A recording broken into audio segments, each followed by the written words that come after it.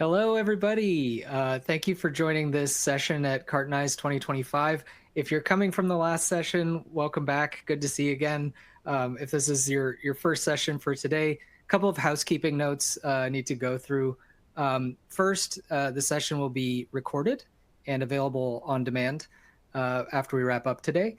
So you'll receive a link to that in your email within 24 hours. If you have any questions during the session today, just pop them in that Ask a Question box. We will try to get to them. If we don't, we will follow up and engage with your question over email.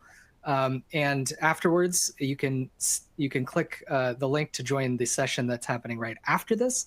And without further ado, let's jump into it. So I guess I should first say, AK, this is kind of a unique session today because there's no slides, there's not a script. So anything could happen. I think there's some key kind of themes that I've heard you talk about publicly and kind of privately in recent years. I'm going to kind of interrogate you about those a little bit, and we'll get into it. I guess the best place to start would be, can you just kind of give a brief overview of your background? I think that'd be a great place to start. Sure. Yeah, I've been in robotics for over 20 years now. Started in the automation industry, largely in warehousing I think in '04. And the first time I saw a forklift drive itself back in '04, and I knew this is what I wanted to do. Since then, have been involved in almost $1 billion worth of automation projects in my career, and working with mega retailers, car manufacturers, pharmaceutical companies. And you get a sense over time, like, what are all the things that could go wrong, and what are the problems like holding back the entire industry. And over time, I got this sense of one of the monsters, I call it one of the monsters under the bed, that is one of the biggest pain points in making any automation or technology deployment successful, and inspired me to start this company. Interesting. Okay, and this is of course SVT Robotics. Can I kind of dig into that a little bit? The monster under the bed. Can you kind of unpack for me and the audience what you see as today? You know, we're heading into summer 2025. What are the biggest risks? What are the biggest monsters under the bed for fulfillment ops and vendors? Well, I would say I break it into two buckets. There's operational risk, and then there's IT risk. And on the operational side, I think one of the biggest risks is to whether or not what you deploy will actually achieve ROI, right? And that comes down to cost and performance, right? The other is, will it go in on time? Like, there's all these challenges that make it so that a lot of projects don't hit the ROI they were expecting, or it was harder for the business than they expected to deploy. But then once it's deployed, then there's the ongoing cost of supporting the technology and being able to have the flexibility to add more technology downstream without creating this Jenga tower of code, right? And so, and we really focus on the helping the IT side, while also giving the benefit of saying, hey, we can help get the risk down in deployment, but also get the risk down on the backside in reduction of technical debt, but also ensure that from a cybersecurity standpoint, the conditions for being able to support and stay secure are there, and then having something that is supportable for more than a decade or two. Yeah. So those two areas, like, just because there's a lot of sessions today, and a lot of them are focused on, like, you know, TMS, like label printing stuff, and so there might be a segment of the audience that is not as operations focused. Can you kind of just talk a little bit about what actual kinds of solutions are you talking about in that ROI achievement risk?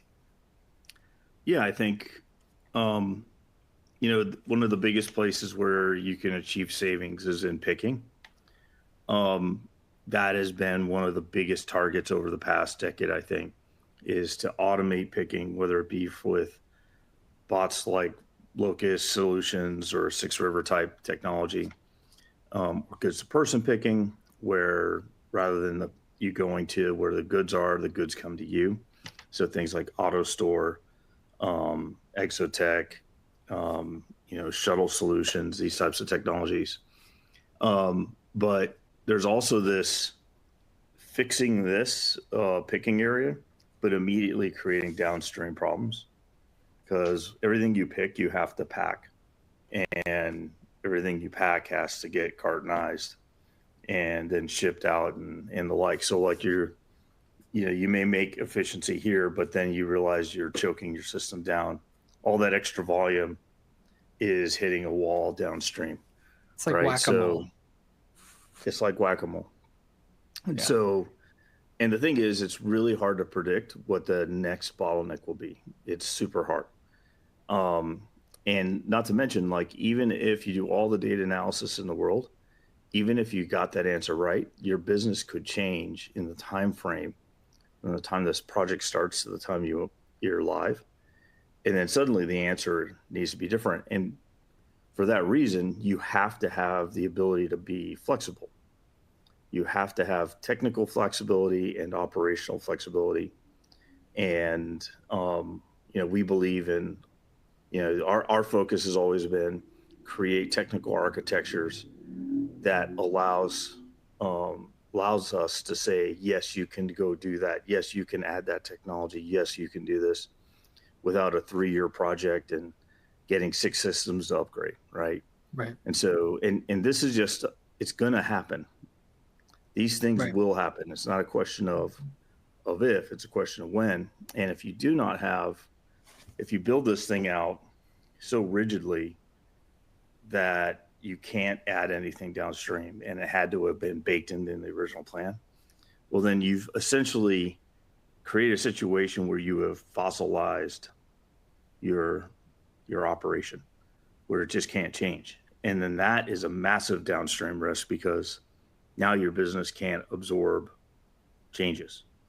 And the only constant in this world is change. And in the past decade, the pace of change has accelerated to levels that I've never seen before.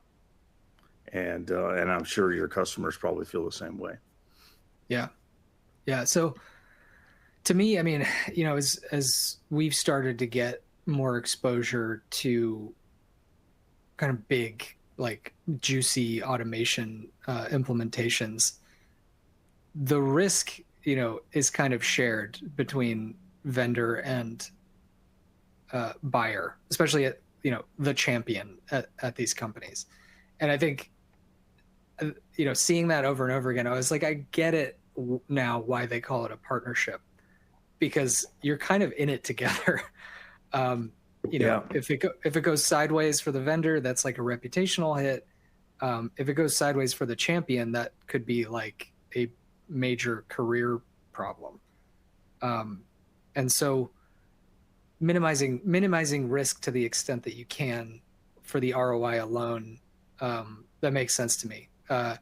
From an IT standpoint, you touched on this a little bit, but what are some things that maybe let's talk to the vendors for a moment. What do they need to understand from the point of view of a buyer that may not be actually discussed, if anything? Are you talking like maybe dig into that question a little bit more so I can? Yeah, like what is a champion at a fulfillment operation thinking about, that a vendor might not appreciate, either from a internal cost or expanding on the internal IT point? Like what is that? Where do you see that causing problems? Yeah, that's a really good question. So, first of all, the main thing on his mind is whether or not the project is going to be successful, because he's got a lot on the line, right? And we got to remember that when our customers put their faith in us, they're taking, they're doing this at great career risk to themselves. So, like, we talk about this in our company that our job is to ultimately we're helping people like be successful, and because it matters to them personally. But there's also like, helping the business and all of the other pieces. But we can never forget that all these individuals are people. They all have things at stake, and you want to ultimately want to help them. Like that's really what there's nothing better than having a project go live and everybody is smiling and stoked and it works great. Like that's the best. And over time, like the best projects are the boring ones, right? Where the boring go lives. I love boring go lives. They're awesome. Um, but there will be ones that are less boring than we want. And I think there's the what are you doing ahead of time to either A, reduce the probability it'll happen, excuse me, a problem will happen, B, reduce the consequence of but really those are like technical actions. But then there's the human action of communicating bad news early and then knowing that there will be issues. And as a company, you have to have this culture of jumping into the foxhole with your customer and fighting the problem rather than digging your own foxhole and fighting the customer. Right. Right. And and that's, it's never a good state. And as business owners, managers, it's always been important to me to hire people who had this tendency to jump in the foxhole with the customer, because really, if you focus on the problems, they will go away. And there will always be problems. Sometimes they're small, sometimes they're big, but no matter what, you have to be a problem solver in this business for you to have a long-standing reputation. Yeah, you don't get very far if you have a not my job attitude in No, these no, you don't. situations. No, you don't. Okay, I'm going to switch gears for a minute. In private conversations, not to air private conversations that we've had, aka at like trade shows and stuff, but I've been fascinated on some of your pet kind of futurism beliefs, both in relation to data, in relation to kind of AI, risk, the difference between AI today and in the future. So that's kind of what I want to dig into a little bit. So we just talked a lot about like what implementation ROI and IT risk look like today, taken through like a futurist lens. How do you see these things changing over the next 5, 10, 20 years? Yeah, I mean, of course, the big elephant in the room is what is AI going to do? But here's the crazy thing, right? Like, we're all talking about AI, but we can, as an industry, we can barely do data analysis. Like, we're talking about like being afraid of Skynet, and we can barely make a report, you know, like because the data is sitting in two different boxes, right? Like, so we got some stuff to iron out. Now, I'm very bullish on AI. I'm super bullish, but we have got decades of technical debt that have created a state where the data is not AI ready. It's not even analytics or data science ready. And the good news is that everyone has now learned that the cloud is a real thing, like, and not to be afraid of it. There's also like this bias towards saving data, which is good, right? So like knowing that you've got to save a lot of dirt to have nuggets of gold, right? But if you don't save a lot of dirt, you're never gonna find the gold, right? So these are some biases, but the problem is when the data is created, generated, saved in ways that don't make it easy to mine, effectively that data gets unused. And to use a different metaphor, we see a lot of the data is digital pollution, right? The data is coming out as a byproduct of your transactions, and you get one of the effects is you get a pick transaction and something gets done, but you also did an event that could be saved and be useful, but generally that somehow gets stored off on some data lake and it sits on a server, literally generating pollution by making servers run and heating the earth and like putting strain on the power grid. And it is so rare that data is actually converted into information. And ultimately, the people on the operation side, they don't care about data. They care about information. And information over time creates knowledge. So data is useless unless it can be converted into information. And that making information or data, creating data that is ready to be refined, requires that you do it right when you do the initial integration. And we have been doing it wrong for so long because, frankly, automation in supply chain and factories, one of the I'd say dirty secrets is a lot of ways we're the highest tech industry with some of the most arcane tech stacks out there. And as a result, like a lot of these habits from these older tech stacks, we've created. So, and maybe if I just take a step back, like I talked about the Jenga tower of code, and what is that? Well, when you hook two things together, writing an integration in itself is not that hard. It's not a really super challenging technical problem. But writing integrations for every single technology you have on different platforms in different operating systems,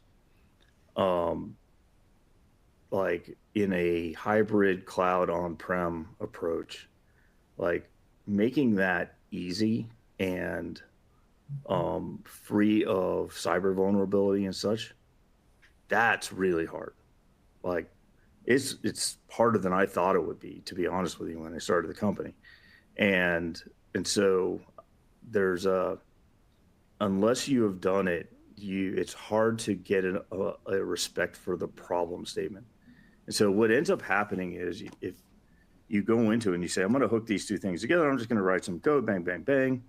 Effectively, I'm somebody on this side, on the, say, WMS side, is writing code to here.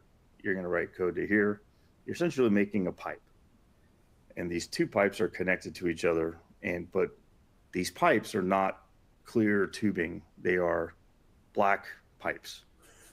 And once they're connected, there's not a whole lot it's really hard to do stuff with that data afterwards. It's really hard to see it. And by the way, one of the the T in SVT stands for transparency. We believe in making data transparent, and exposing it, taking out of the black box and making it visible to see. And so what we do is say, listen, in order for everything to be ready for AI, ready for analytics, we have to solve the integration problem and normalize data before it gets to the data lake.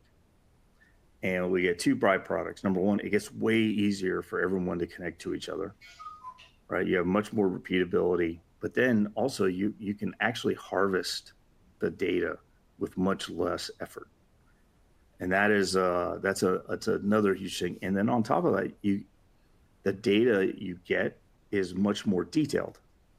Instead of it just being like we did this at timestamp, you actually know what happened at every single logical step payload. So suddenly you can support it better. And so and AI if could you don't theoretically understand it. Absolutely. But if you don't do that ahead of time, if you just say, oh, I'm just gonna slam in an integration, it won't take me that long. Well, you can't, it makes it very challenging to do something with it afterwards. And there's always going to be this. So everyone has heard this. Anyone who's done a second project you say, okay, well, we can reuse all that code from the last one, right? And the answer is, no, it's a rewrite. It's like, well, it's all the same except for this one thing. It's like, yeah, the one thing causes it to be a total rewrite. And everyone scratches their heads and they're like, why? And the answer is, well, it is actually true that it's usually like that. Why? Because people tend to design things for the thing that is in front of them. Yeah. And so there's a better way to do it. And it changes how we actually integrate things. And so when we hook Paccurate up, the irony of integrating Paccurate to the host system is that you're actually not talking to the host. You're just listening for signals and sending signals out, and the host is doing the same. And so there is no like direct connect. It is talking to a general communication framework.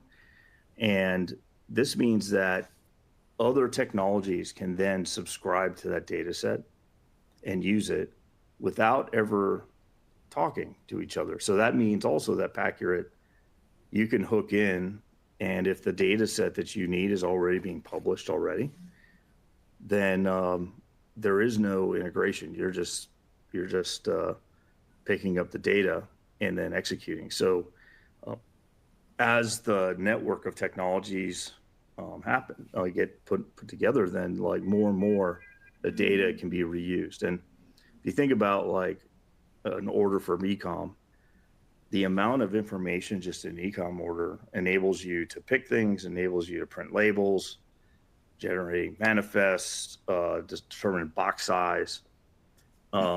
It's all sitting in that one payload. But generally what will happen is the picking technology will just want the order lines, and the box making company just wants to know what box to make. And so there's like 10 different interfaces for all these technologies to get this thing out the door, when generally like most of the data was in the original payload, and it could have been one message down and multiple subscribers. And that when you make that switch, I call it there is no spoon moment, right? Where you say, wow, like suddenly I nothing is talking to each other, so therefore it can actually be integrated. And that's like the mind-blowing moment, right? Yeah. So no, that really resonates, AK. I'm sure you would not be surprised to know how many times we go into state-of-the-art warehouse, and like, this went great, we're so happy, and we're like, oh, what about that warehouse over there? And they're like, oh, no one's allowed. No one's allowed in that one. The guy that built the AS400 there, he retired 25 years ago. We don't want to mess anything up. Oh yeah. So the data normalization, it is, I guess, just to say back at you, it is a requirement for adopting today's technology, but it is also a requirement for getting ready for tomorrow's technology. Absolutely. And you brought up AS400, which was one of my favorite topics ever, right? So it is astonishing how many of those things are still out there. I've heard pushing 1,000 systems out there, and maybe that's just one of the WMS providers has that many, right? And people still love them. They actually they're very performant. So, but there's this mindset of, well, we can't take advantage of any new technology because that's an AS400 and it's obsolete. So we'll go work on that building when we upgrade, after we've upgraded it and gotten it to the state of the art. So now you're in the someday bucket, right? And 1/3 of our install base is actually AS400, because the way we extract data, we make it like companies that are like on cloud-based systems like yourself, like you have a protocol that you're used to dealing with, and it can be annoying to deal with in AS400. Well, we abstract that away and make it so that you don't have to worry about that. And then when we publish the data from the AS400, it can be reused for multiple different pieces. So it makes it way easier to just maintain the interface for the AS400. And so, and here's the thing, like there's frequently used saying out there is like, well, we'll add technology to them once everything is upgraded, right? Once we don't have any legacy left. And here's the thing, you will always have legacy systems. It's just the stuff that you have now that are state of the art will be legacy someday. And in fact, that someday comes faster these days than it did 10 years ago. And so you have to be able to cope with these shades of legacy. And the only way to do it is to create this, have this abstraction layer that is making you interface independent, host independent, edge independent, right? And this is what's going to unlock our ability to interoperate, but then use the data and then downstream use AI. Yeah, well, look, I could interrogate you all day long. Unfortunately, we're out of time. I can't actually believe that. I see a couple questions. We will follow up with you over email. AK, thank you so much for joining today and having this conversation. I really enjoy just talking to you about this stuff because I learn so much every time. Well, I'm happy to do it, and thanks for asking great questions, because this is a passion for me. Like, it's hard, I'm a guy who's passionate about really boring back end software, and like there's not many people who are. Birds of a feather. I'm passionate about putting stuff in boxes. So everybody in the audience, thank you so much for coming. If you're going to the next session, there's a button should be on your screen. If you want to learn more about SVT robotics, there is also some links, I believe, on the far right of your console that will take you there directly. Thank you again, everyone. Thanks, AK, and have a great day. Thanks for having me.